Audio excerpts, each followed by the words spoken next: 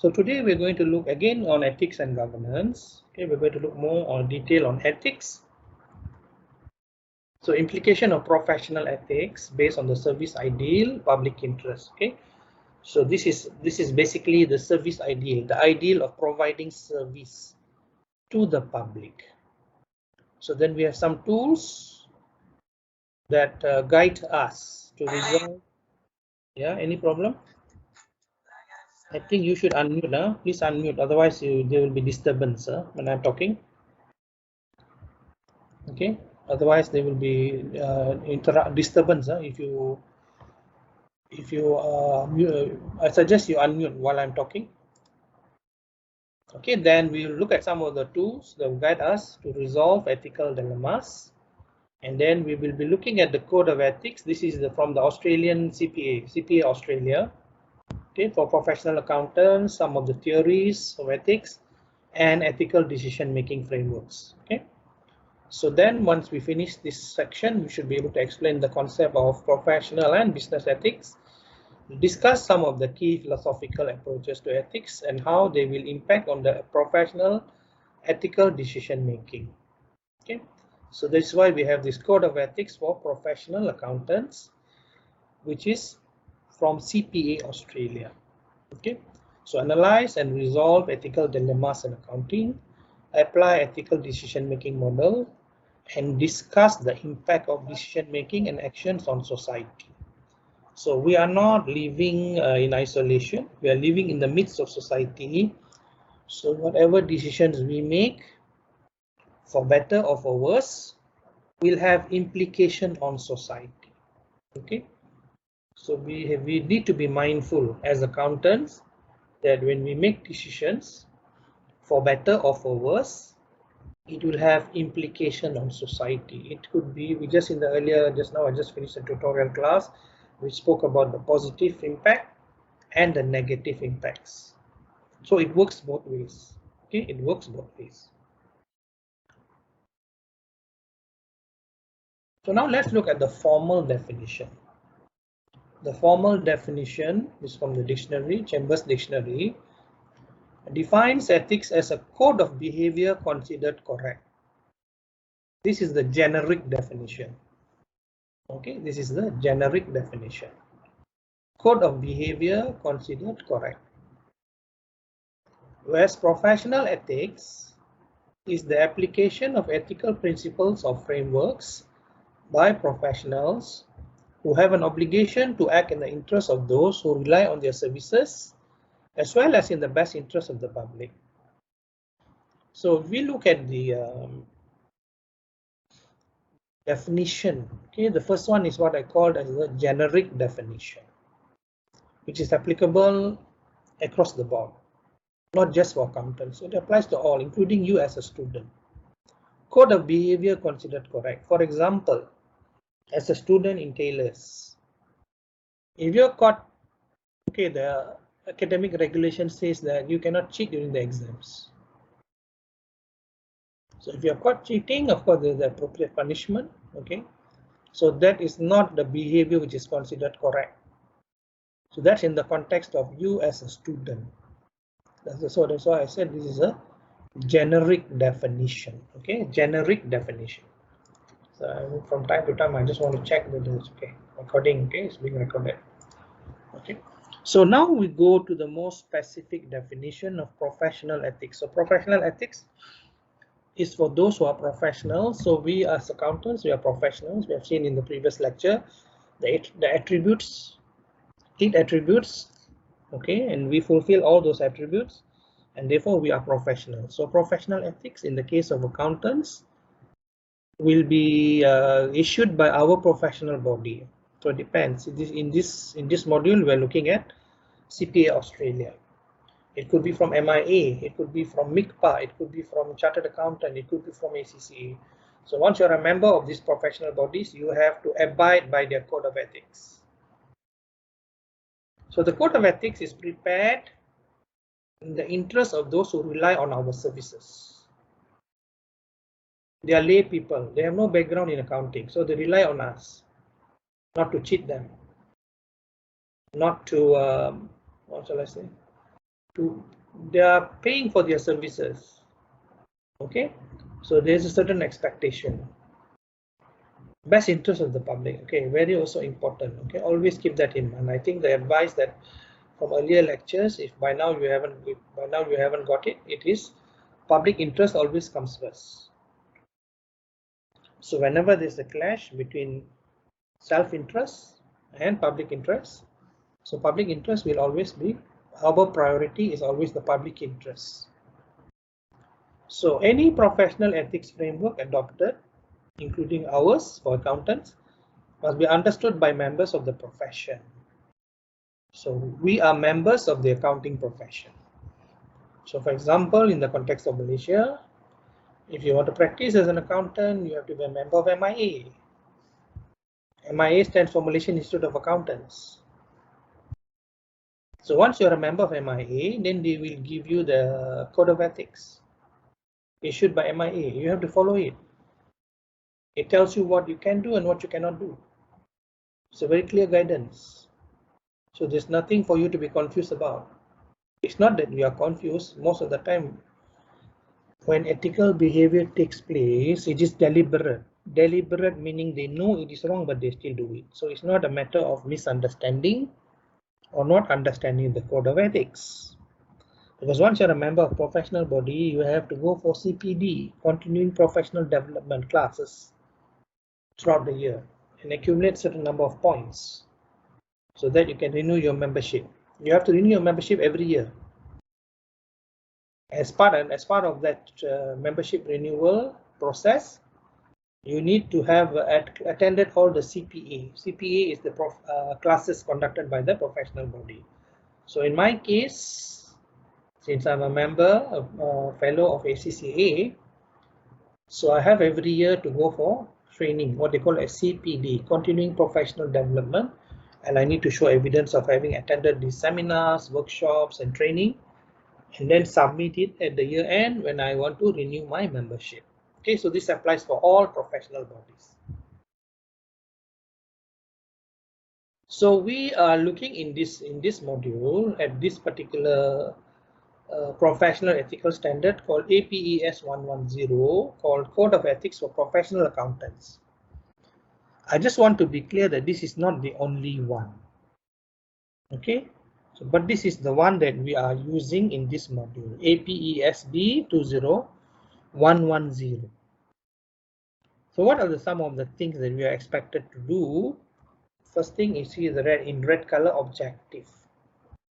Professional accountant is objective. So objective is the opposite of subjective. Objective means unbiased. Cannot be biased. First thing, objective. Take full responsibility for whatever task we are supposed to do. You have to take full responsibility. Opposite of this is to say that you are passing the buck. You cannot pass the buck. You should take full responsibility. That's what our code of ethics says. It's not me speaking, it's the code of ethics. You have to be objective, unbiased. Take full responsibility for the task you are entrusted to do. So for example, if you're working in a firm and your supervisor or manager tells you, okay, I want you to do this.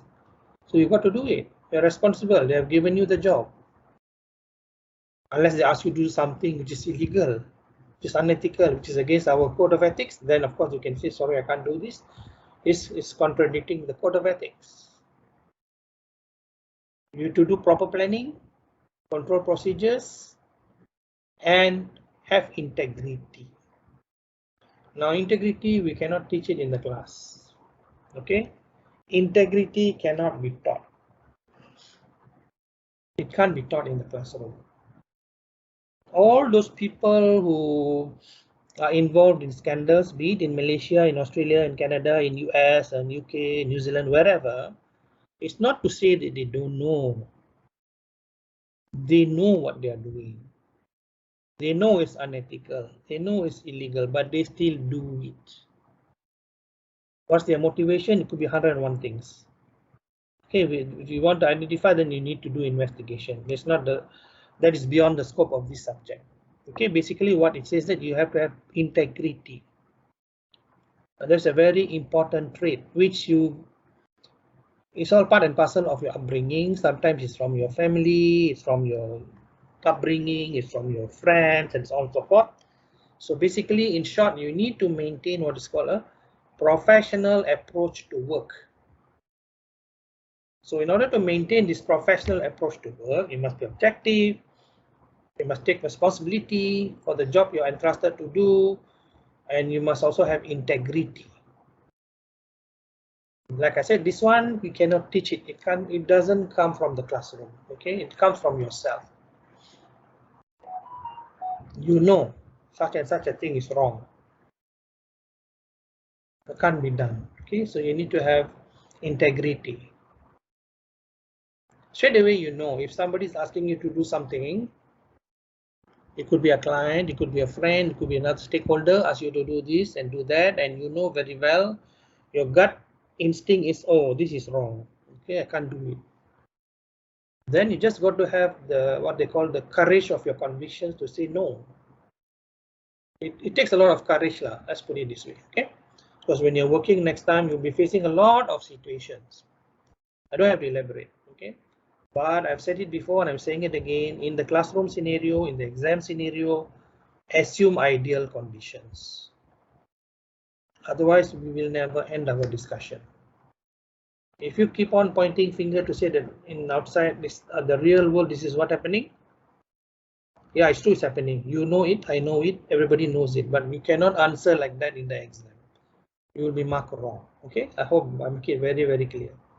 Don't in your answer try to justify your answer by saying, oh, this is what's happening outside. This is what my friend told me happening in the audit firm. I know it, you know it. Let's keep it at that. Don't give me that type of answer in the exam. Okay, so like I said, and I'm repeating myself actually by saying it again and again, assume ideal conditions until you pass the exam. After that, when you start working next time, it's up to you. Okay, it's between you and your majikan. What you do doesn't concern me anymore. Okay, as far as I'm concerned, my job is to teach you the right way to do it. Okay, so objectivity, responsibility, integrity. Objectivity, responsibility, integrity. Okay, impact of ethical or unethical decisions. Ethics is basically right or wrong in a given situation. We can only coach you, we can only tell you this is what the code of ethics says.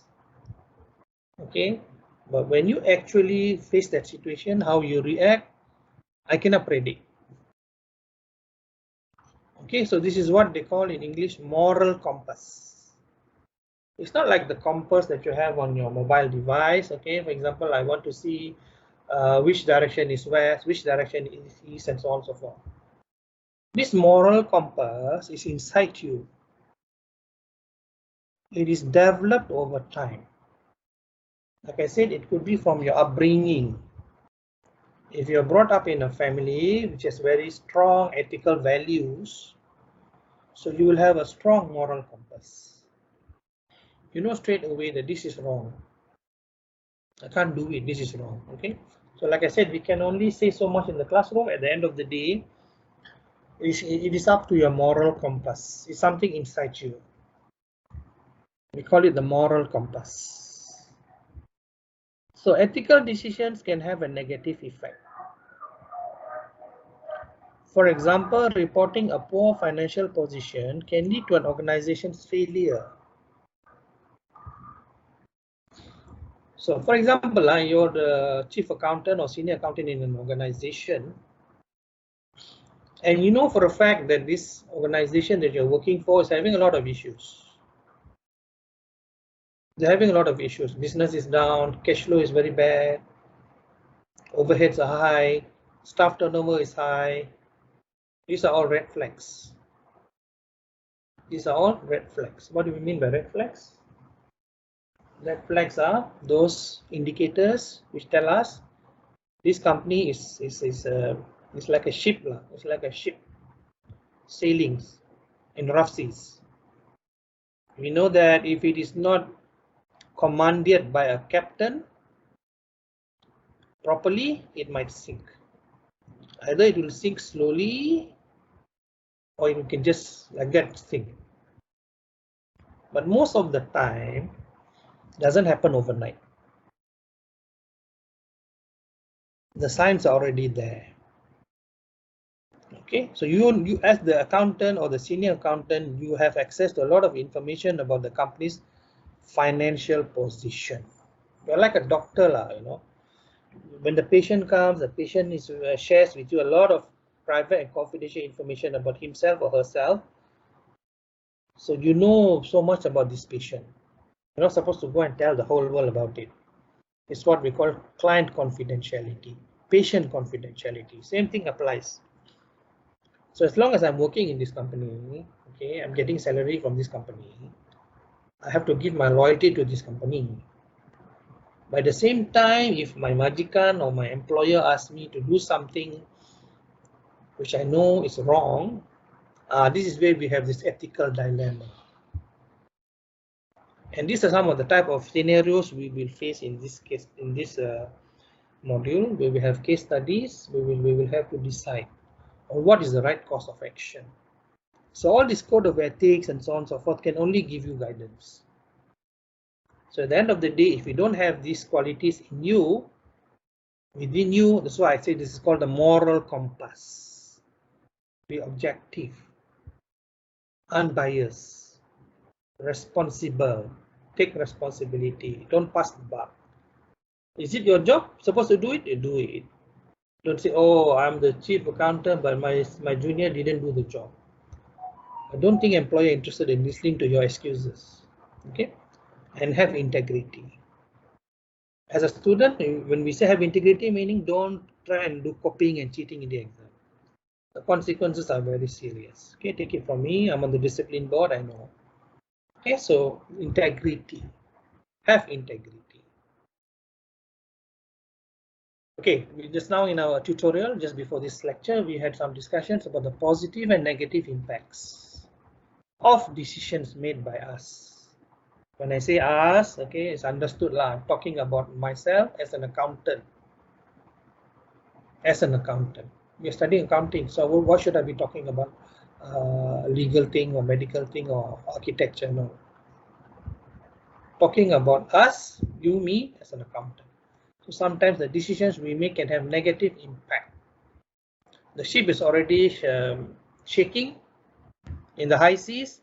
So if my decision can make the ship sink once and for all. So ethical action is desirable. So this is where you face the dilemma. If I blow the whistle, then there's a possibility that this company will go under. It's already very shaky. Got cash flow problem, got turnover is falling, stock very high, a whole lot of issues lah. Okay, basically I will simplify by saying red flags. So this is where you're in a dilemma. So if I speak up, if I blow the whistle, maybe we can limit the losses. It's making losses, it's bleeding, company is bleeding. So you're in a dilemma. Okay, lots of people are depending on this company for their livelihood, for their salary, and so on and so forth. So limit losses, because there are many stakeholders for a company, not just the employees. There are so many stakeholders. So lead to faster resolution of issues. So you know that this company is struggling, is facing issues. So we can solve these issues faster instead of bleeding and letting this thing drag on and drag on. So I want to use the analogy of a patient. You know that he got gangrene, right? The patient got gangrene. So if you want to stop this gangrene from spreading to the whole of the rest of the body, sometimes you have to take hard decisions. As a doctor, as a surgeon, you have to take tough decisions. You have to amputate the leg to prevent the gangrene from spreading to the rest of the body. So likewise in the company, the same thing. You put yourself in the picture of a doctor, a medical doctor with a patient. You know this patient got a lot of health issues. He got very high diabetes. So he got, and then as a result, he got a You know, it takes a long time for healing. When you got a lot of high diabetes, it takes a long time for healing. So sometimes it affects your leg, and doctor have to take a decision whether I have to amputate. Maybe I have to amputate one leg, in some cases 2 legs. Why? To prevent this gangrene from spreading to the rest of the body. Likewise for the company. Quote unquote, you're like a doctor for the company. You know this company you're working for is facing issues. So sometimes you have to take tough decisions. Okay, maybe unpopular, but you have to take tough decisions to limit losses. Firstly, limit the losses, and to lead to a faster resolution of issues. Solve the problem faster, because you know the company is going to go under. It's a matter of time. So why not we do it now or faster, rather than letting the thing, like I said before, letting the gangrene spread to the whole body. Sometimes you have to take the tough decision to cut the leg, amputate the leg. So look at that from the perspective of the company. So unethical decisions can be considered in relation to the profession and to the individual. So there are two aspects here. Some will affect you individually. So you face the music. It's only you. It doesn't involve anyone else. But some decisions can spoil the name of the profession. Like what was discussed in our earlier tutorial. Okay, one student spoke about the 1MDB and how it involves so many of the big firms signing off on the reports, audit reports. First, it was one firm, if I'm not mistaken, Deloitte. Then Deloitte passed to KPMG. KPMG passed to EY. So when it goes like this, then it spoils the name of the profession. Public will start questioning. This one we discussed in our previous lecture about credibility issues. Credibility issue. If we cannot rely on these people, who can we rely on? Now, this becomes a problematic. Okay, so there are two aspects to unethical decision. If it's just only you, doesn't matter. It's only you lah. You lose your job. You face the music. But if it is in relation to the profession as a whole, then it's a serious matter. All the more now, with all these latest developments in artificial intelligence, many of the what we call the box ticking functions that we are doing now, the mundane functions, the routine function, can be replaced and done by software. So there might come a time when the public says, we don't need these people. I just go to Google. I just read, see the YouTube. I can do this. It can happen. It's already happening in some professions.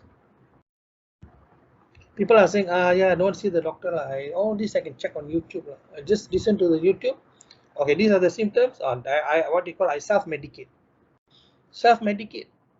Only thing I need to go and see the doctor. Okay, I pay some maybe 10 ringgit, 20 ringgit. I need a prescription.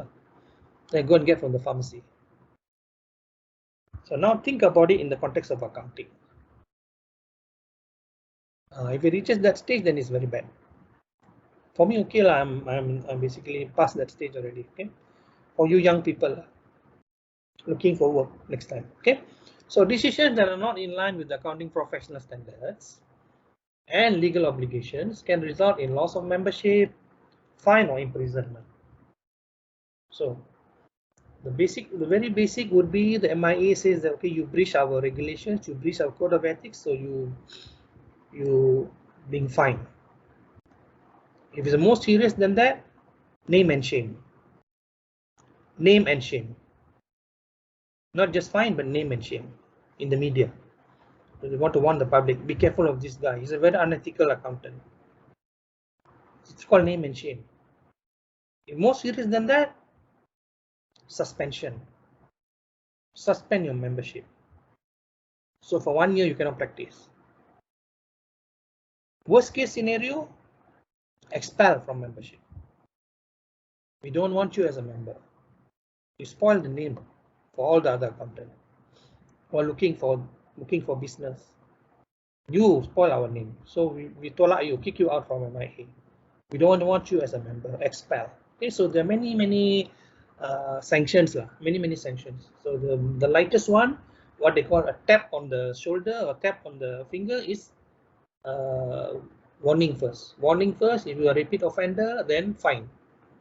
If repeat again, fine, name and shame. In the New Straits Times, Star, Malaysia Kini, wherever. So public knows. Aware of this guy. Be aware. It's very unethical. If you're a repeat offender, then tolak lah, exit, kick you out from MIA. Okay. If something you have done is very serious matter like CBT, criminal breach of trust, take client money and run away, didn't do the job, then imprisonment. Masuk jail, imprisonment, CBT, criminal breach of trust. So there are many different categories of punishment lah.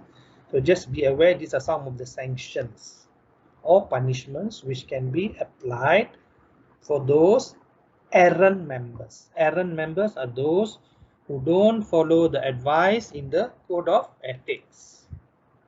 Okay, we call them as errant members.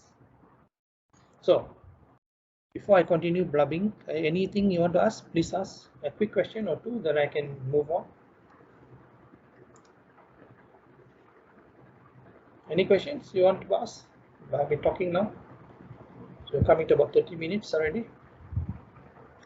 Are there any questions? What member just now? Mufida, can you just your question is not clear, Mufida. What do you mean by this question, Mufida? What member you're talking about? Are you asking me I'm a member of which body or? Just now the error member. I tell you, can you go closer to your mic, please? I can barely hear you, Mufida. I'm not sure is it your laptop or my laptop yang ada problem tu. Can you go closer, please, to your mic? Hello, can you hear me? Yeah. Okay, all right. What's your question? Just now you say a member of a group of member that is unethical. What is it called? Okay, I'm talking about members of MIA. Members of MIA. MIA stands for Malaysian Institute of Accountants. So if you want to practice as an accountant in Malaysia, regardless of where you qualify from, you have to register with MIA. MIA is our professional body, is our regulator. So they regulate their members. So if you don't follow their code of ethics, okay, you do a lot of unethical things, then they will take action against you. So that's where I stopped my presentation just now. So what are the different types of action they can take? Like I said, it could be a fine, could be a first one is warning, and fine. If you still the guilt to doing it again and again, so what is that? Name and shame. Mention you by name in the media, in the newspaper, or even still continue have a lot of issue, then what we call suspension for 1 year maybe. Of course, they will form a committee to discuss your case. And natural rules of natural justice says that you must be able to defend yourself. Either you defend by yourself or bring your lawyer to the hearing, whatever it is. Okay, so there will be a process before they give the hukuman or the punishment. There will be a process. So worst case scenario, if you CBT stands for criminal breach of trust. Example would be you take client money, supposed to do this, do that, and so on and so forth. Okay, client says, okay, I give you upfront advance so much, 10,000. This is what I want you to do, but you don't do it. Take the money and run away. CBT. Okay, so punishment for CBT is more severe. So bring to court. So you can be jail, imprisonment. Okay, imprisonment.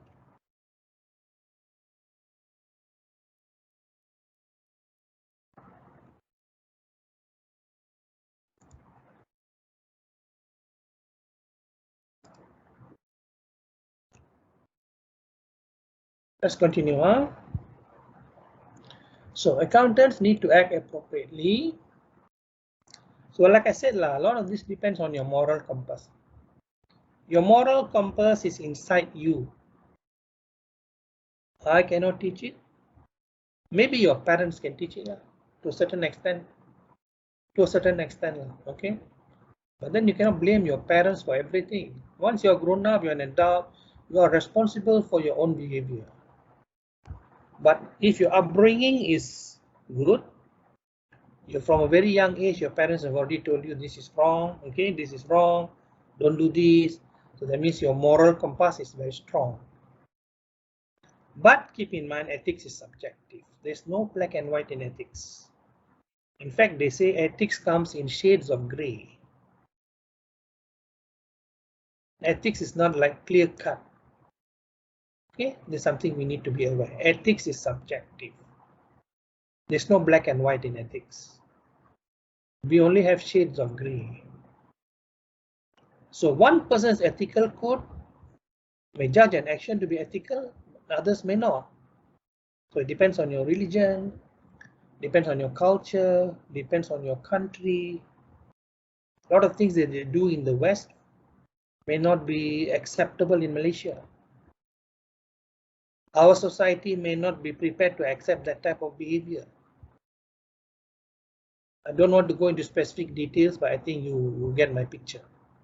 So that's why I'm saying that ethics is subjective. One person's ethical code may judge an action to be ethical, but another's may not. Later on, and I will share in time some of my papers that I've written in this area. Okay, if you Rajin, you can go to ResearchGate and look it up.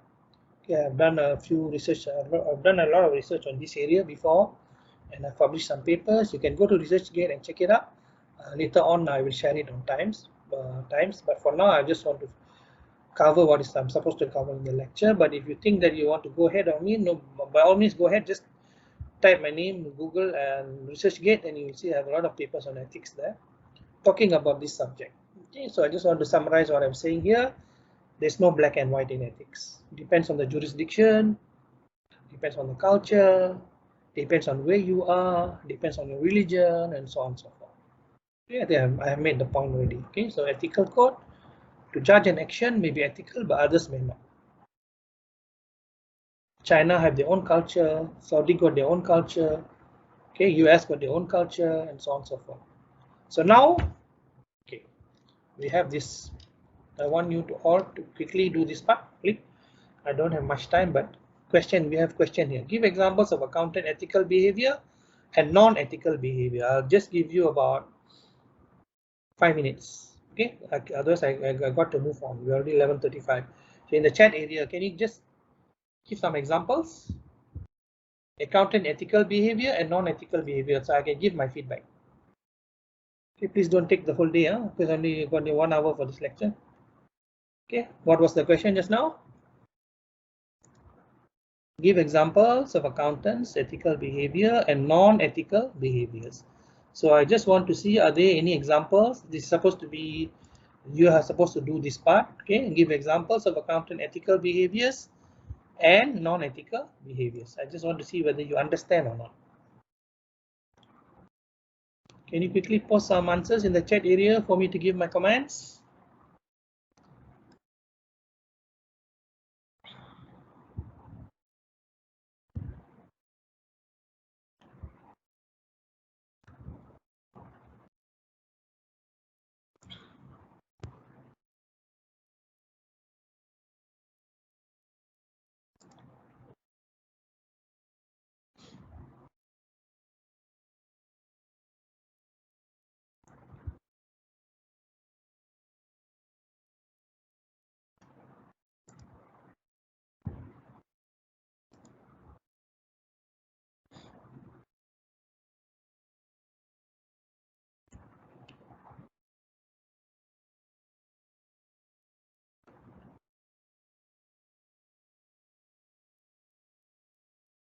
Waiting.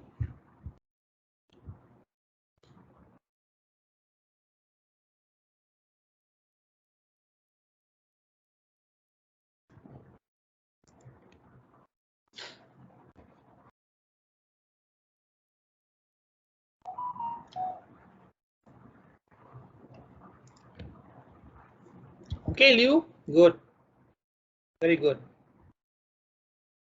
Any others? Any others, Liu, you want to share? Still thinking, sir. Yeah, still thinking. Okay, unfortunately we only got 1 hour. Okay, but at least I can see you're on the right direction.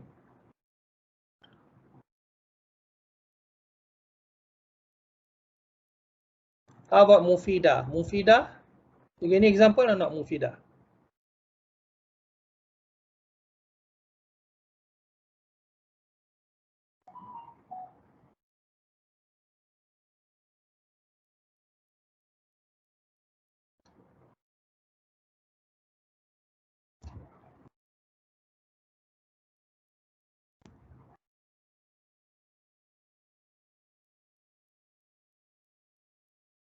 How about the others? Like just checking my attendance, got about 80, 68, 64. Tadi 68, 64.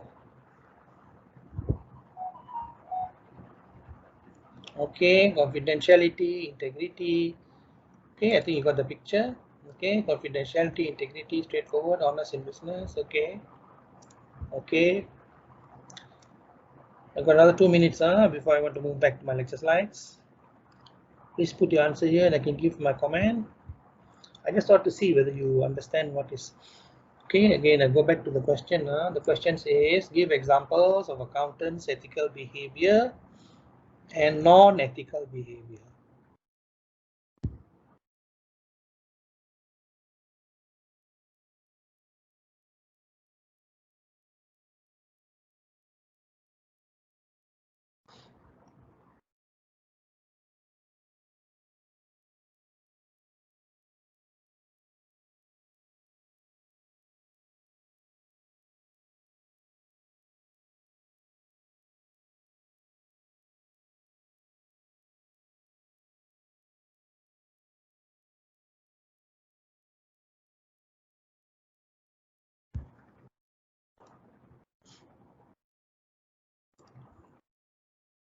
Okay, another example that I have given you is pinching other people's client. It's not against the law. It's not against the law. It's not illegal, but it's unethical. Unethical. Or pinching other people's stuff. It's not against the law. It's not illegal. Unethical. Okay, so there are many examples you can think of. So the argument is you don't want to spend money to train your staff. You take shortcut, pinch other people's. Okay. Motivated by self-interest. Okay. All right. Okay. So these are some examples of unethical. So why I'm asking you to do this exercise is I want to see whether you're very clear in your mind the distinction between unethical and illegal. Like the example I just gave just now, pinching other people's stuff, pinching other people's client, happens all the time, huh? In the real world, happens all the time. But you can't stop it. So it's not illegal. It's not illegal. That's the problem. It's not illegal, but it's unethical. It's unethical. You're pinching other people's stuff by offering them a better salary. Okay, he wants to join you, fair enough. But you do not want to train your own staff. You want to take shortcut. You want to take shortcut. You don't want to train your staff. So go and take other company's stuff. It happens a lot. Okay, so why we cannot stop it? Because it is not illegal. It's not against the law. It's unethical. So I hope I made the distinction clear. Okay, between unethical and illegal. Okay, unethical is behavior which is frowned upon. Is frowned upon by people, by decent people. By decent people. Don't take shortcut. I don't train my staff. It's too expensive. I tarik other people's stuff. I pinch other people's stuff. Okay, so this is not illegal. It is unethical. Okay, so I hope the distinction is now clear. Let me go back to my slides. All right. So ethical dilemmas may arise throughout your professional life. Definitely, you're going to face one. Okay. Some may face it early in their career, some may face it in the midlife career, some at the end of their career, but you will always face ethical dilemmas. Like I said, at the end of the day, it depends on your moral compass. If you have a strong moral compass, okay, it's inside you, it is your gut feeling, it is your instinct, it is your conscience telling you that this is wrong. People are not watching me, okay. Oh, I'm now online learning now. When I take the exam, there's no invigilator. There's no invigilator. It's just I'm facing the laptop, and on the other side is the invigilator. So what do? I paste the answer on the wall in front. Invigilator cannot see me. This is online. So it's your conscience lah. If you think you're very smart, one day you'll be caught. If maybe you manage to escape in the university, but next time you start working, you adopt the same type of behavior, you got caught. You take shortcut. People ask you to prepare the tax return for the client, you do shortcut. If the client not happy, they will call back your boss and say, why you stop? Ask him to do the work chincai. Okay, chincai is a Malaysian slang. Lack of due diligence. Lack of due diligence. People are often motivated to act in their own self-interest. Okay, this one we cannot deny lah. As long as we are human beings, self-interest will come first. This is a fact of life lah. Whether we are in Malaysia, whether we are in Australia, whether we are in US, whether we are in Middle East, whether we are in China, Japan, Korea, wherever. This is a human nature. So that is why we need to have code of ethics to tell professional accountants this is permitted, this is not permitted. Now, all the more now with these challenges that we are facing, the environment currently, a lot of people lost their job, lost their livelihood because of this COVID-19, because of this lockdown. Even we are now doing class through online, virtual, no more face-to-face. So all of this will provide challenges. When businesses are facing a downturn, right, they're not going to employ as many people. They don't have business, how to employ people, how to give job. So this current environment now, okay, with this pandemic and so on, I think this is a very good example. Continuous and rapid change combined with the complexity of accounting work provides many challenges for accountants. Sometimes you have very short deadline to meet. Boss says, okay, I want this thing done, give it back to me on Monday. Friday, 5 o'clock, give to you. What are you going to do? You have to work over the weekend. You cannot tell the boss, oh, yeah, I don't want to do lah. My weekend now, you ask me to work on the weekend. No bonus, no overtime. Up to you. You want the job or you don't want the job. This one is happening outside in the real world. So sometimes accountants are forced to take shortcut.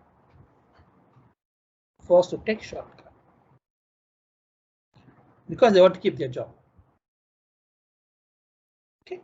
So these are some of the challenges lah. I mean, there's no denying challenges are there. Okay.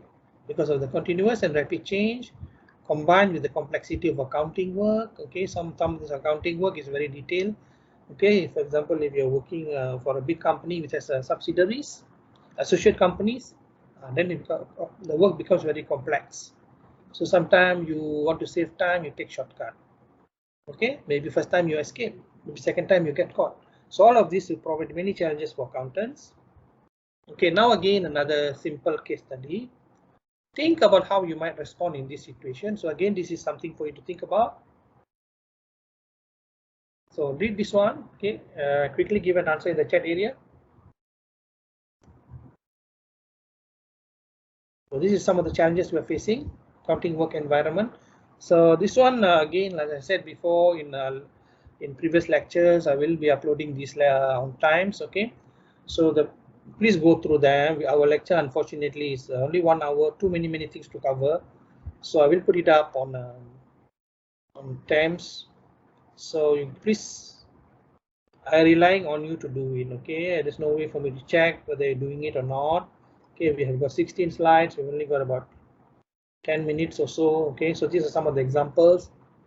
of unethical behavior, insider trading, lowballing, advertising their services, soliciting for clients, ambulance chasing. Okay, these are examples. These are examples of unethical behaviors. Earnings management, income smoothing, window dressing, pinching experienced staff from other firms instead of training and developing their own talent in-house. Okay, holding themselves out to be professional accountants and thereby hoodwinking the unsuspecting public. You're not an accountant, but you bullshit, bluff. Public doesn't know. Not everybody knows about accounting. Not everybody knows about MIA. Okay, so that's why you take advantage. Holding yourself out to be a professional accountant. You're not a professional accountant. Yes, you got a degree, accounting and finance, but you're not a professional accountant. Not yet. You still have to sit for professional exam. With your AF degree, you cannot register MIA. Cannot. Okay. Public doesn't know the difference. You might say, oh, I'm an accountant. I got degree in accounting and finance from Taylor's University. I'm an accountant, professional accountant. Public doesn't know, unsuspecting public. Just hoodwinking them, cheating them. This is very unethical. I think we always read in the paper last time, got some doctor working around HKL, Hospital Kuala Lumpur, wearing the white overall of a doctor and having a stethoscope around their neck, going from what to what. Managed to escape for nearly 1 year, I think, or was it 6 months, I forgot. Somebody observed his behavior. How come this guy is doctor or what? And then they suspect, they check, and then they go and check with MMC database, his name is not there. He's not registered. They caught him. Like that, we have accountants, young people, not qualified yet to be a professional, but call themselves professional, collect money, unsuspecting public. Okay, these are examples, examples. Okay. So again, one of the Liu, I think his name is Liu, just now shared information about client confidentiality. When we are doing when we are looking at our clients' records, we have access to a lot of unpublished price-sensitive information. Why I have access? Because I'm working. I'm the auditor. I'm not supposed to blah blah this to the whole world. So under no circumstances are auditors permitted to take advantage of their unfettered access to confidential, unpublished, price-sensitive information of their clients for their own private benefit. If as an auditor, for example, you're going through the board of directors meeting files passed to you by the company secretary, you tell the company secretary, I'm doing the audit, I want to see these files. Can you send me this file? And then you read, oh, we have board of directors have passed a resolution. They want to expand to open up some new venture. They got a project in Vietnam. Oh, we got this project in Vietnam, but they have not made a press conference yet. They haven't announced it yet. It's still private, public information, private information. But you, because you came across this in the board of directors meeting file, what you do, you pick up the phone, call your friend. Hey, you know this company, they got this project in Vietnam, big project, huh? They haven't announced it yet. Can you go and get a few lots of their share, buy now, before the price goes up? This is called insider trading. Insider trading, okay, let me tell you, it's not just a civil offense, not just a civil matter, it is a criminal offense. Criminal means what? You can be jailed. UPSI, they call it, unpublished price-sensitive information. UPSI. UPSI also is the name of a university in Tanjung Malim. I'm not talking about that UPSI. I'm talking about unpublished price-sensitive information. Information which is not known to the public. How do I get access to it? I'm the auditor. I saw in their file. Yes, you saw in the file. It's for you to do your auditing work, not for you to broadcast to the whole world, or to not say broadcast, to share with your friends, or to share with your family members, with your wife, with your children, your brother-in-law, your sister-in-law, whatever. Tell them, oh, okay, I know about this. It's confidential, but quickly go and buy this share. Get me a few lots. You buy a few lots for yourself, I also a few lots. Now the price is so much. Still not high. The price will shoot up. So this is called insider trading. Okay, insider trading. Insider trading, the first one. Insider trading, lowballing. What is lowballing? Okay, I'm an auditor. I want to pinch my rival's client. Okay, I ask them, hey, how much are he charging you? For this service, this service, okay, he's billing me this amount. Okay lah, I give you this price lah. Come to me lah. This is called lowballing. Unethical. You're pinching other people's client by offering this to do the same work at a lower fee. Is it ethical? No, it's not ethical. It's called lowballing. Advertising professional services openly or slyly. Again, this is not allowed. We are not selling barang, we're not selling goods, we're selling our services. You cannot put up an advert in Facebook or in social media saying that come to me, I'm the cheapest auditor in town. I provide service very low my fee. Cheap sale. If you come to me in July, I got a cheap sale. In August, I got a very, what do you call it? This giant and all these people promote their services. Can't do that. We are professional, cannot do this type of thing. Soliciting or touting for clients. They call it ambulance chasing. This is all unprofessional behavior. Okay, we are accountants, we are professional. We cannot do this type of thing. Okay, this is what we mean. So I'll put up all this in time so you can go through it. So like I said, you must have the courage and the strength to make the right professional decisions under pressure and under other constraints. You can face issues related to technical issues, okay, or it could be issue relating to behavior. Issue relating to behavior is the one that is difficult to regulate. We cannot teach you how to behave. We can only tell you as far as ethics is concerned, it's not black and white, but this is permitted, this is ethical, this is not ethical. Okay, examples here. Insider trading is criminal offense. Criminal offense. Lowballing, advertising your services openly or slyly. Slyly means, okay, I sponsor this golf tournament, make sure I have spanduk besar, big spanduk, a big banner at the back, my company name there. So make sure you focus on that banner when the prize giving or my company services. That is called slyly. Not allowed. We are professional, not supposed to do all these things. Okay.